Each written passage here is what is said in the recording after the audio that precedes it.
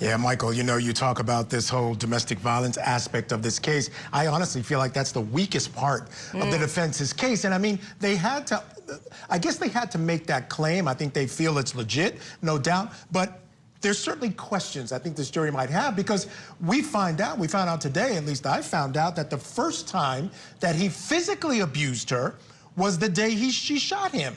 So, you know, I think all that's going to raise questions for this jury.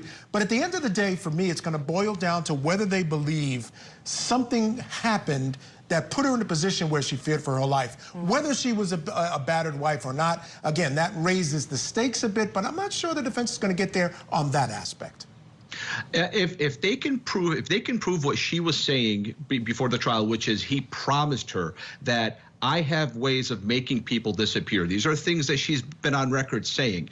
She's gonna have to testify, by the way. There's too much open questioning here. And we just saw in the Marsha Thompson, in my opinion, when you say that I defended myself under the battered spouse theory, you have to testify. So when she testifies, all of this, the jury has to believe her. In my opinion, juries tend towards the inflammatory. So there's been a lot of inflammatory pretrial things that have happened here. They're going to be introduced into the trial. But in my opinion, like she has to prove to the jury that this guy was a monster, or he was a saint, but he was reaching for a gun. He was going to kill me. He promised me he's going to kill me. He abused me that day. The jury has to find a nexus. We saw in the Marsha Thompson case, it was proven he was laying on a couch, not coming close to her, and they still acquitted her.